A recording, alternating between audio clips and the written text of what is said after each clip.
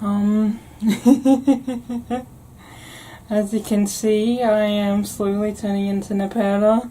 These are some cool Nepeta things my friend gave me back in, what, 9th grade probably. They're really cute, and now they're definitely making me become obsessed with Homestuck again, so that's great news. What I have for you today is this. Well, I drew this a while back, but I wrote a Katnep fiction. It was a reasonably sunny day in June. It probably would have been nice to go for a walk outside, but I was busy walking in circles around my room, repeating the same arguments over and over in my head. He's cute. No, he's intimidating. Well, he can be both. Don't make this a thing, Nepeta. He doesn't like you. Just thinks you're an annoying idiot. Well, I can show him that I'm not. Equius will vouch for me. I'm cool, right, Equius? Not too overboard with all the cat stuff. What? Equius looks back at me up from the book he's reading, The Sanctity of Blood or something. But I don't have time to respond because the other part of my brain has begun her rebuttal. Well then, Karkat's the idiot. Besides, you have too many ships anyway. You should make sure you know what you really want. Okay, but he's cute. That's a good place to start, right? You mean intimidating. Angry and ragey. This is the millionth time. Do you really want to go through all of this again? It really is going nowhere and starting to become a bit of a workout. Unless the sweat is from stress or wearing a coat inside. I sit down next to Equius and breathe heavily. You okay, Nepeta? He asks. Just perfect. That does sound dumb. I mean, yeah, I'm fine. It's understandable if you know what I mean after what happened to Aradia and Tavros, and gee, yeah, we really have to be concerned about someone trying to murder us, don't we? There are much more important things to be worried about than me potentially being interested in Karkat. So far this has been about Nepeta and Equius, and we've talked about her being interested in Karkat, and yeah, this all seems fairly normal, right? But, shock twist, this is actually just something that, Madeline is writing. She is the one writing this fanfic, and it's not me at all, so yeah, it definitely wasn't. We'll see. Gee, we really do have to be concerned about someone trying to murder us, don't we? There are much more important things to be worried about than me potentially being interested in Karkat. Like how you can make your Katnep fanfic super meta, Edmund grins, staring down at me. I glare at him and cover the page.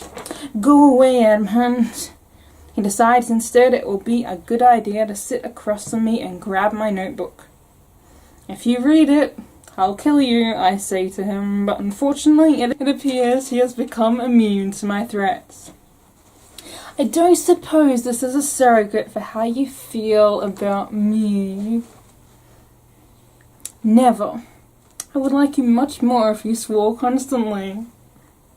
T to the A to the S-T-E-Y. My ears have dissolved and possibly also half the universe. Wow, I'm that powerful.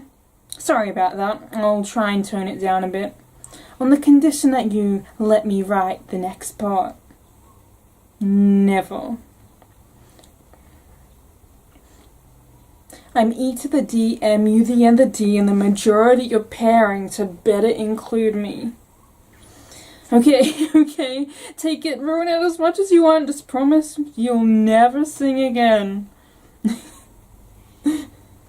Never sing for the next 2 hours? Okay, and we'd better get back to maths or solving our own attempted murders or something. There are much more important things to be worried about than me potentially being interested in Karkat. Just then, There is a knock on the door. I approach cautiously and open it. Black messy hair that would look much better on a two-tone side parting. Sullen yellow eyes. The symbol on the shirt that should not be turned 90 degrees at any cost. Oh geez. Hi Cocket, how are you doing? For once I'm not doing too badly, but some guy called Mr. Plot Convenience came over and said to give this to you. Alright, this thing here. My hat. I hadn't even noticed it was gone. Thanks, Cocket. Well, I guess I should go. Good luck surviving whatever the hell's going on. Cocket, wait a moment. Did you wanna stay for a bit and have a cup of, tea? Tea sucks, I only drink Green Mountain Dew, but yeah, I guess I can crash for a bit. Alright, that was meant to be a totally subtle Be More Chill reference there. Another thing you should not look up under any circumstance.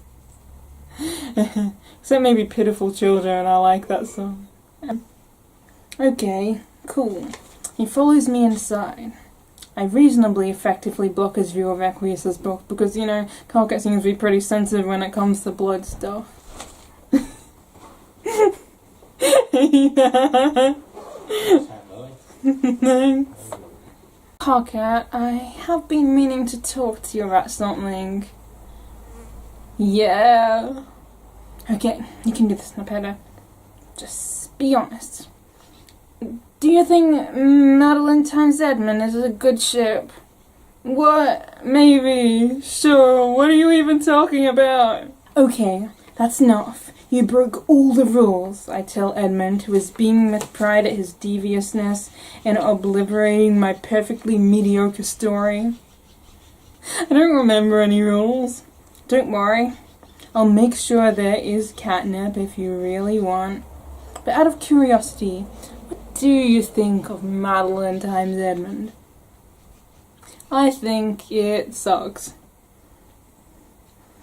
If you really didn't like me, there's no way you'd put up with me.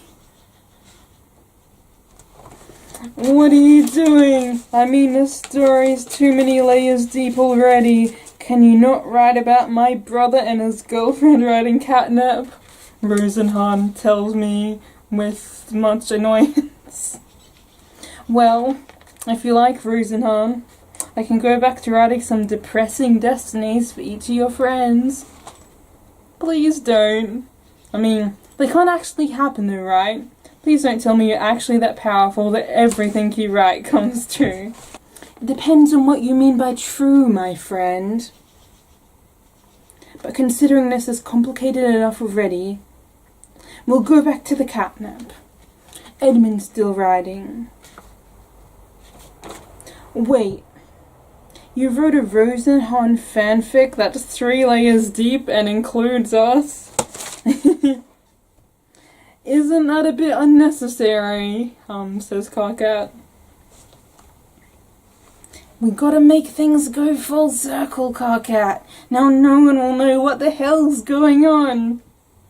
Alright, okay, but wait, so do you like me? Oh, that, yeah, I think so. Do you like me? Well, I was kind of planning avoiding you indefinitely, but I guess you're okay. Wait, so I'm Cocket now? I question Edmund. What happened to Katnep not actually representing us? He replies.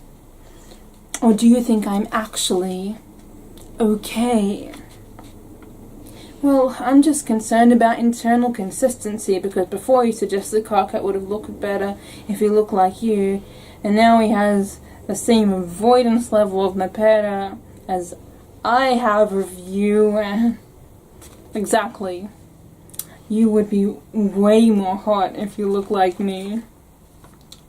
So are you in love with me or yourself? What? Neither. You're crazy. Okay, back to the fic. I love it, man. There's another knock on the door. It's a dark and mysterious guy with a way too elaborate cloak. Greetings, mortals. I'm Mr. Plot Twist, and today your twist will be... Spins the wheel of mythical... a giant flashing wheel. You will turn into mermaids. Good day, sir. Well, this is unexpected. I look at Carcat. He's struggling to get used to his newly acquired red tail.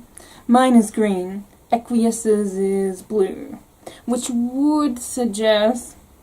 It's weird having gills, but at least this guy was kind enough to put us in some water, so it's easy to survive and stuff.